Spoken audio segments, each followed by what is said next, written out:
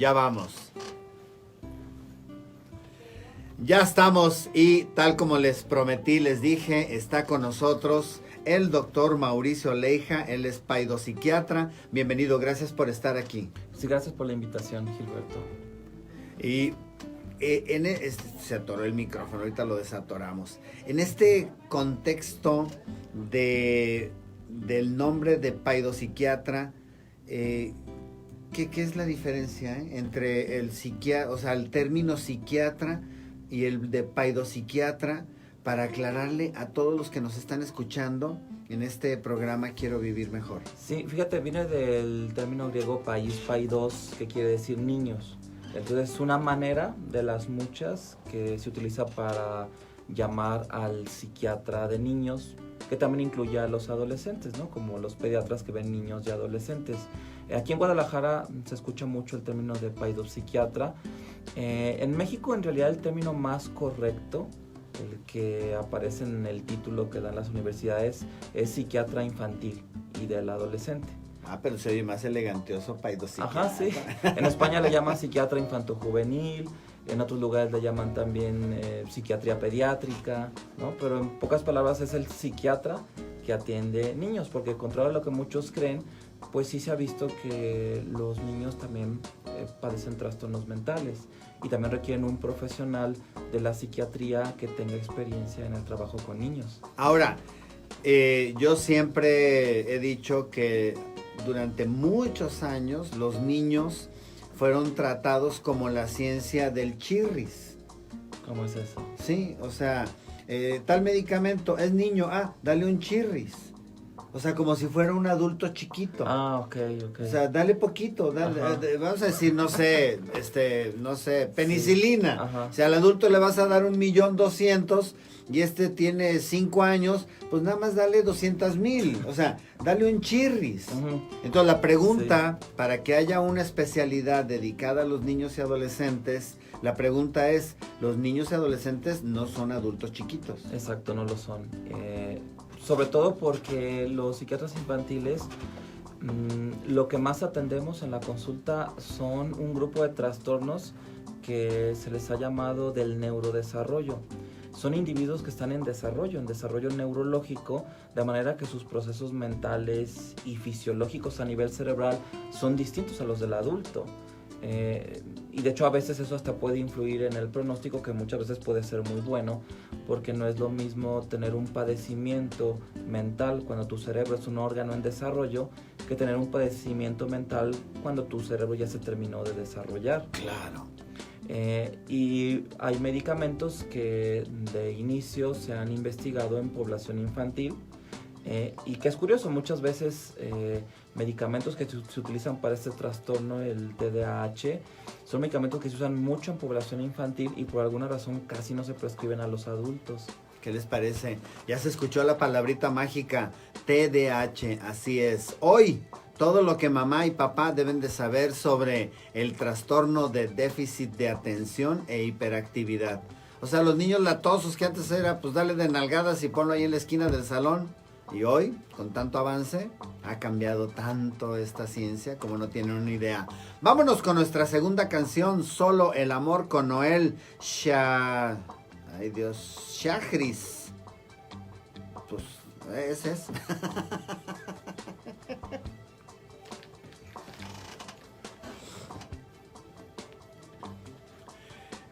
Ya estamos aquí de regreso en su programa Quiero Vivir.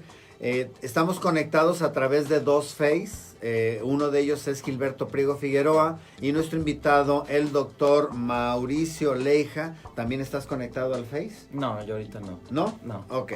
Entonces, bueno, hoy lo invitamos al doctor Mauricio Leija como paidopsiquiatra, como psiquiatra de niños, para que nos despeje y nos desmitifique todo lo que es el trastorno de déficit de atención e hiperactividad.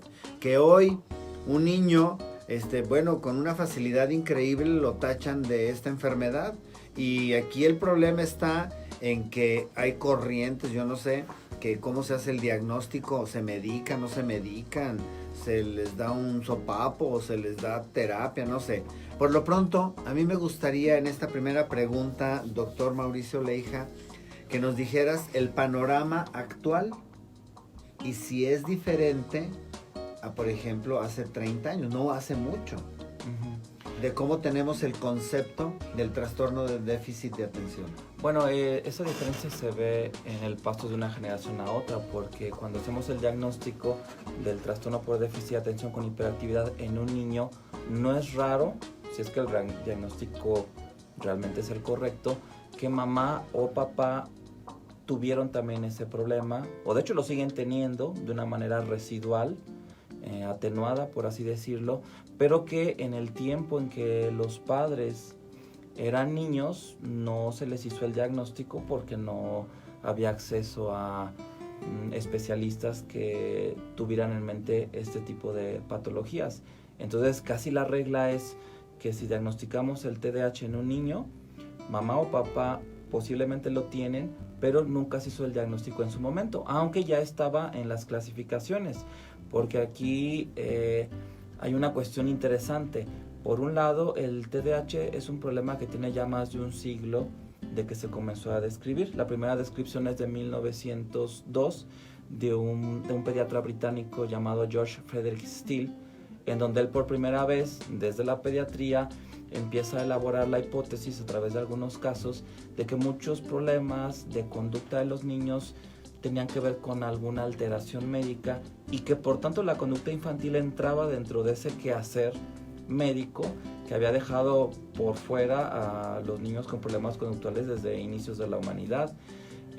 Y a lo largo del tiempo este problema pues se fue estudiando por especialistas y de hecho fue cambiando de nombre, ¿no?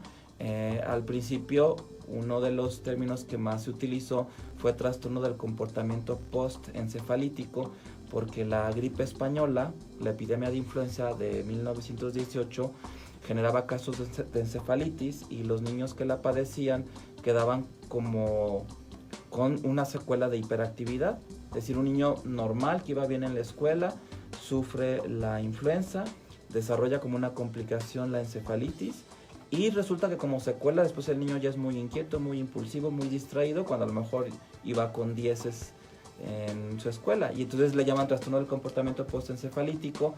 Después le llaman daño cerebral mínimo, después le llaman disfunción cerebral mínima, ya en la década del 60 le llaman reacción hiperkinética de la infancia, y ya acercándonos a la década del 80 ya se le empieza a conocer como el trastorno por déficit de atención con hiperactividad, o mejor conocido por sus siglas TDAH.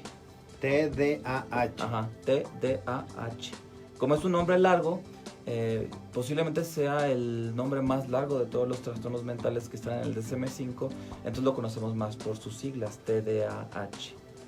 Y el concepto general o el conocimiento general de la clase médica, o sea, de los médicos en general, ¿lo reconocen como un trastorno o aún todavía adolecemos que no es tan bien reconocida la enfermedad como para que lo deriven con el paidopsiquiatra? Pues fíjate, a nivel científico hay suficiente investigación y el DSM-5, que es el Manual Diagnóstico y Estadístico de los Trastornos Mentales, que la última edición es de el 2013, de mayo del 2013, considera esta categoría como un trastorno por derecho propio, ¿no?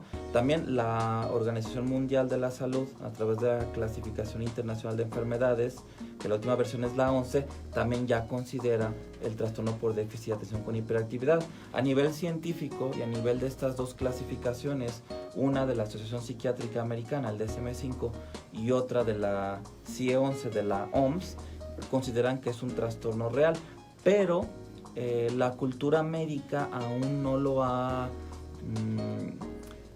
digamos, entendido o todavía no se ha familiarizado con las características o incluso con la prevalencia. De hecho, cuando yo estudié medicina a nivel licenciatura, yo recuerdo que sí, el psiquiatra que nos daba la materia sí habló en una sola clase de TDAH, pero fue una sola clase en toda mi formación, ¿no? Cuando otro tipo de problemas pues hasta se les dedican cursos completos. De manera que yo a nivel de mi formación como médico general, antes de hacer un posgrado en psiquiatría y otro en psiquiatría infantil, pues yo nada más tenía una clase de TDAH, ¿no? Increíble. No lo iba a pensar, no lo tenía en mi mente. Y los estudios epidemiológicos nos muestran que la prevalencia en niños va desde el 5 hasta del 8%, ya casi equiparándose con la diabetes, ¿no? Si se considera que la diabetes es un problema de salud pública, pues lo cierto es que el TDAH también, sobre todo para los que le dan la prevalencia del 8%, porque varía dependiendo del estudio. Pero fíjate, aun si nos quedamos con una prevalencia del 5%, quiere decir que 1 de cada 20 niños va a tener el trastorno. Quiere decir que incluso en un grupo chico de la escuela de 20 niños, que considero que es un grupo chico de 20, al menos un niño va a tener el TDAH. En un grupo de 40 va a haber 2. En un grupo de 60, que ya se me hace muy grande el grupo, va a tener 3 niños con TDAH.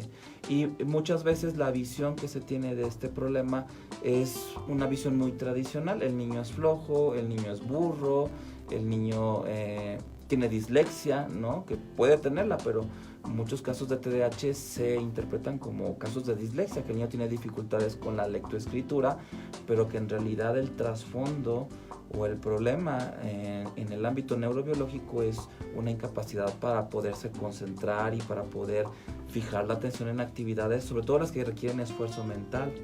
Ahora, también el hecho de que se haya divulgado ya tanto los derechos infantiles, pues sí hace que instituciones públicas o privadas le den una gran prioridad a que todos los niños estudien, de manera que entonces el trastorno brinca más, ¿no? Porque digamos, hace 40 o 50 años, un niño con TDAH en una comunidad rural que iba a la escuela, pues a lo mejor el maestro decía, este niño no sirve para el estudio. No pinta para el estudio. Ajá, y entonces ayudaba al papá en las labores del campo y se iba desarrollando por ese ámbito, ¿no? Era muy sencillo antes decir, este niño no sale bueno para el estudio, que trabaje con el papá o que realice alguna otra actividad, y ahora ya no es así. La mayoría de los países se las arreglan para que las políticas en educación permitan que todos los niños estudien. Entonces a los niños con TDAH les cuesta mucho trabajo el estudio, pero siguen en el sistema escolar. ¿Qué les parece? Qué interesante, ¿verdad? Pero nos tenemos que ir a nuestro siguiente bisturizazo. La mejor versión de mí con Nati, Natasha y posterior el bisturizazo. ¡Vámonos! Ya estamos de regreso.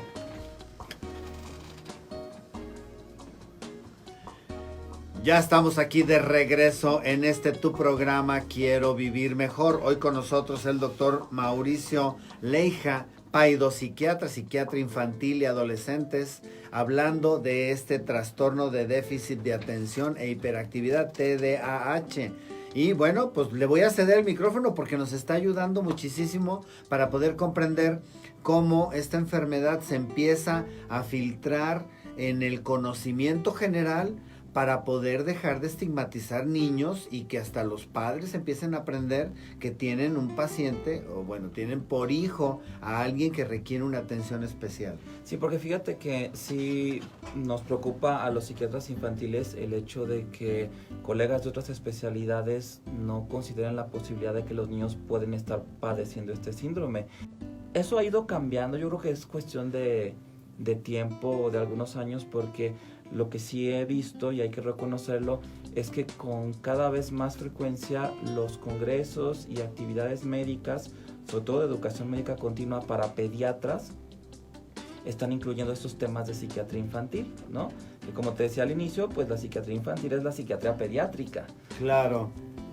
Y entonces ya vemos que en los programas de congresos de pediatría ya empiezan a hablar del TDAH, empiezan a hablar del autismo, empiezan a hablar de otros problemas del neurodesarrollo, y entonces es un avance que es lento pero que se está dando, y creo que actividades de divulgación como este programa de radio o el subir contenido a redes sociales sobre TDAH pues es un recurso de enorme valor para nuestra sociedad, porque lo cierto es que un niño que tiene TDAH y que recibe un diagnóstico temprano y un buen tratamiento, su calidad de vida mejora y su pronóstico es más favorable y ese niño le va a ir bien en el futuro.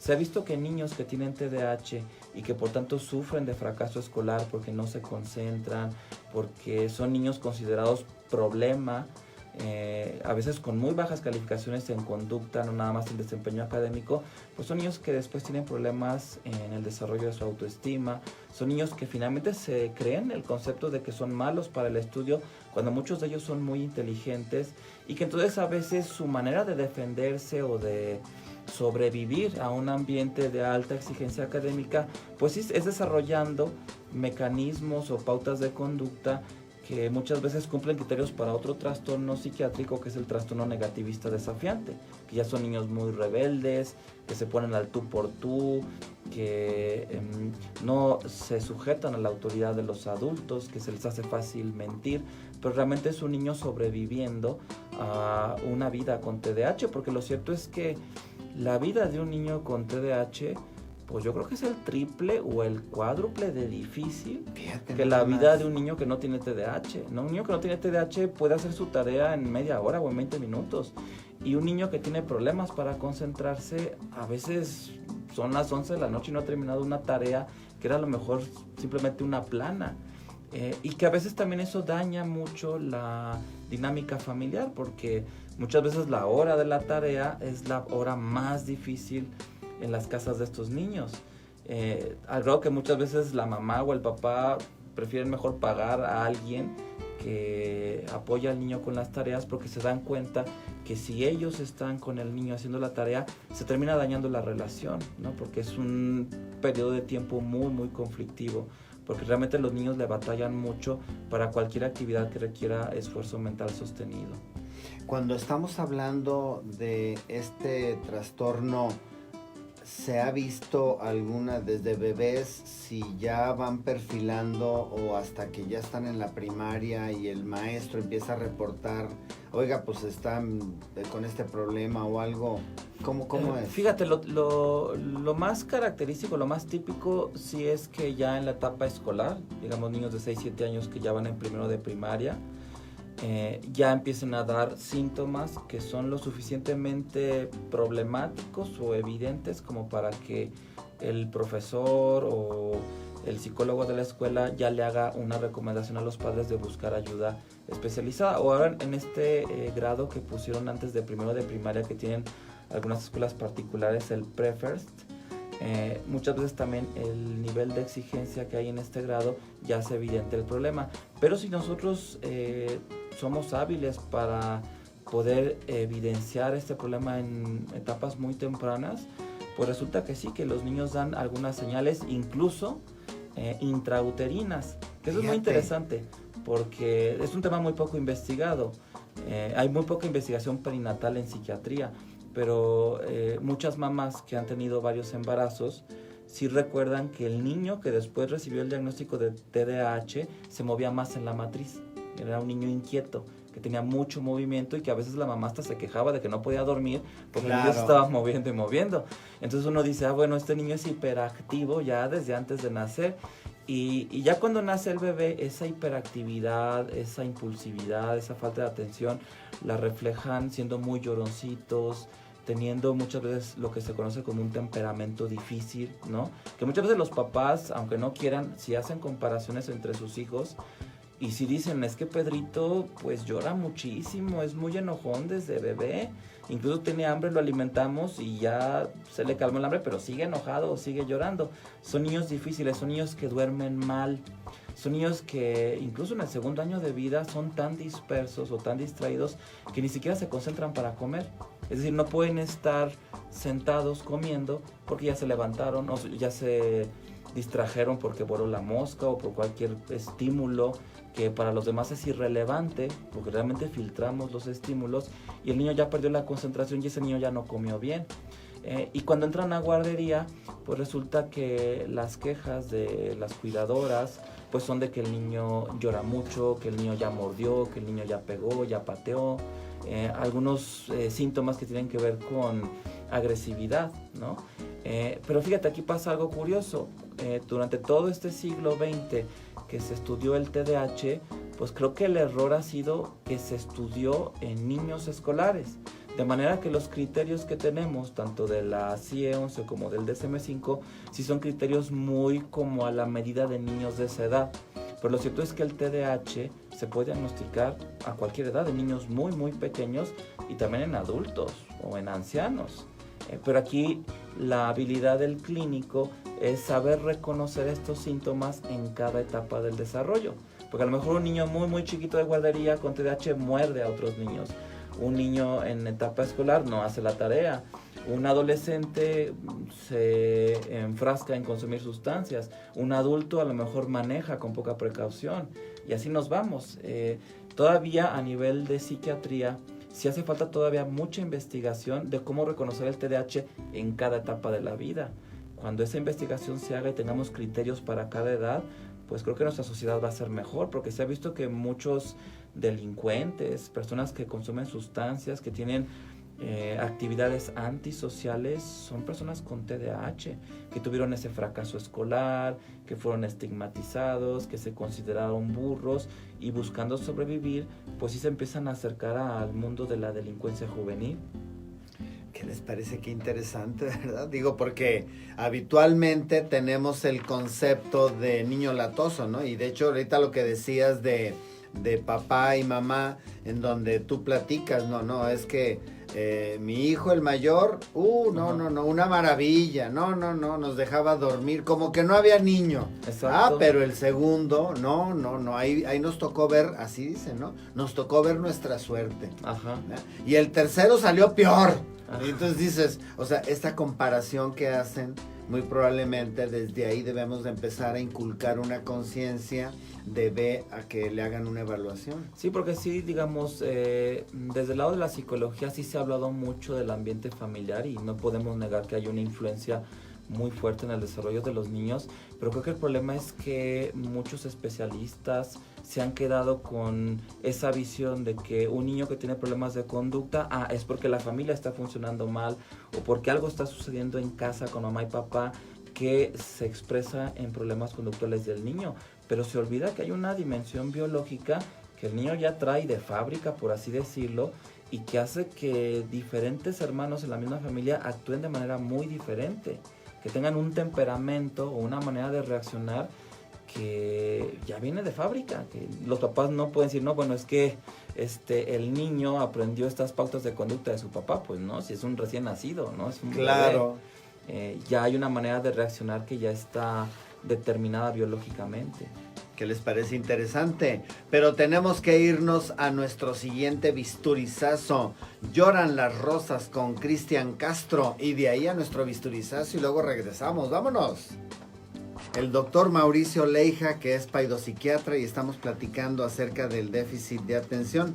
Irma Aide, buenas noches, querido doctor. Va a ser muy buen tema. Saludos, gracias. Saludos, doctor Priego. Marta Guerrero. ¿Puede tener, esta pregunta es para ti, ¿puede tener el síndrome un niño de 3 meses? ¿Cuáles son los signos y qué se tomaría? Y Janet Camarena te pregunta, ¿el trastorno de déficit de atención, el TDAH, se controla o se quita con la edad? ¿Se cura con la edad? Bueno, sí, un niño de 3 meses sí puede tener el TDAH porque lo puede tener el primer día de vida, de recién nacido. Solamente que entre más retrocedemos en etapas muy tempranas del desarrollo, es más difícil hacer el diagnóstico porque el niño expresa menos síntomas. Por ejemplo, antes del niño de nacer, pues no hay muchos síntomas que pueda expresar, o se mueve o no se mueve y ya, o se mueve mucho, ¿no? También el cerebro requiere cierto grado de desarrollo para poder expresar síntomas. Y entonces niños muy pequeños, digamos menores a 6 meses, es muy difícil hacer el diagnóstico. Y a veces aún cuando se hace el diagnóstico, no forzosamente eso es igual a tratamiento. Es decir, un pediatra o un paidopsiquiatra que diagnostica el TDAH a un niño de 3 meses, pues sí puede decirles a los padres, este niño tiene datos o tiene criterios del trastorno por déficit de atención con hiperactividad, pero vamos a observar, vamos a esperar, porque también lo cierto es que los niños nos sorprenden. Como este tipo de problemas tienen que ver con el desarrollo, a veces pasa que con el paso del tiempo, y con esto respondo la siguiente pregunta, los niños pueden ir mejorando. Es un poco lo que sucede con niños muy chaparritos, por ejemplo, y que todos están muy preocupados porque el niño está muy chaparrito y luego de repente ya da el estirón y ya es hasta más alto que otros niños que lo superaban en estatura, porque el desarrollo así es. No es algo continuo, el desarrollo es discontinuo, se frena y luego de repente se acelera y luego se queda como pausado.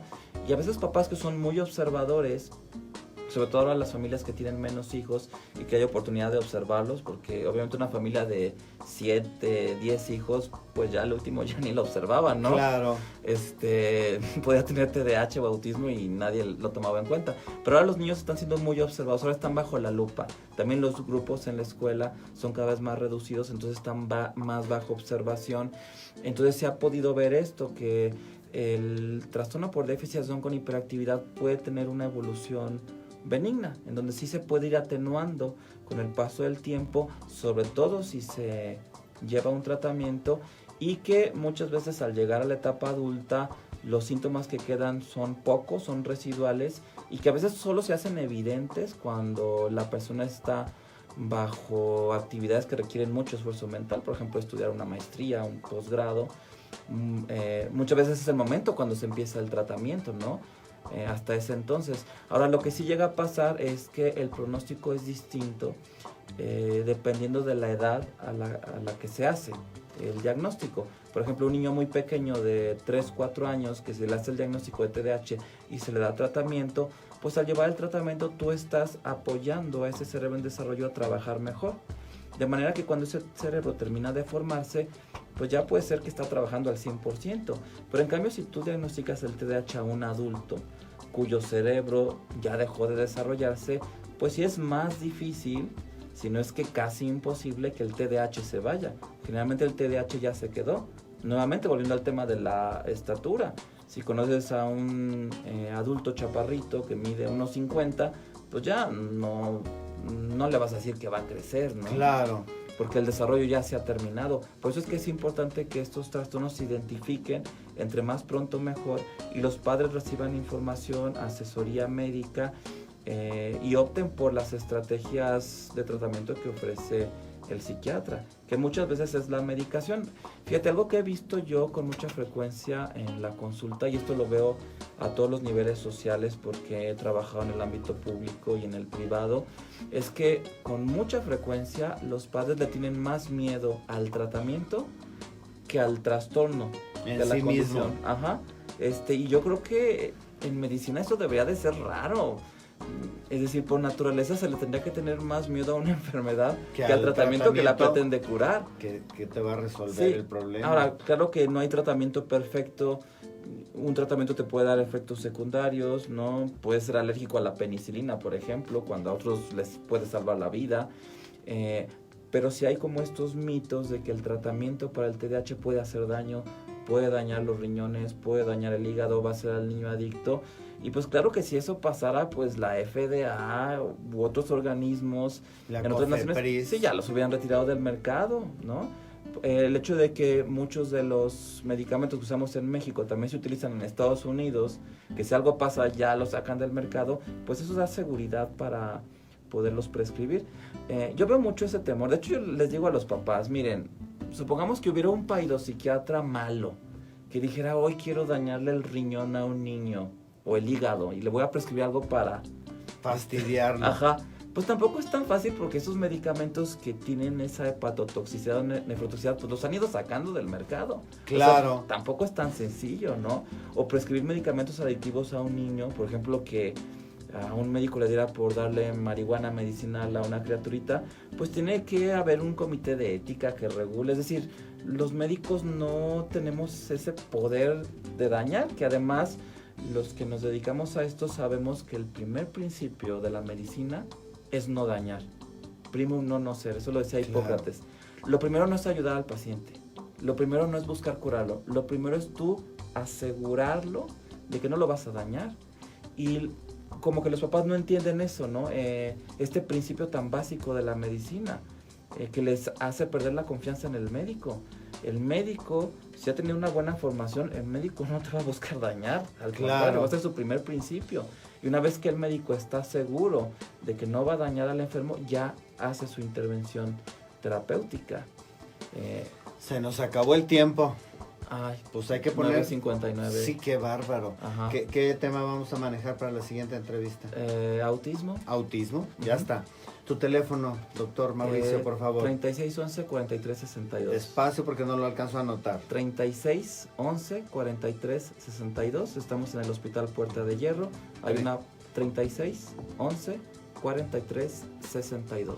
El tiempo se nos acabó. Muchas Ajá, gracias. sí, gracias, Gilberto. El tiempo se nos fue rapidísimo, pero lo vamos a seguir teniendo aquí como invitado, paidopsiquiatra, para que nos ayude a resolver todas estas dudas.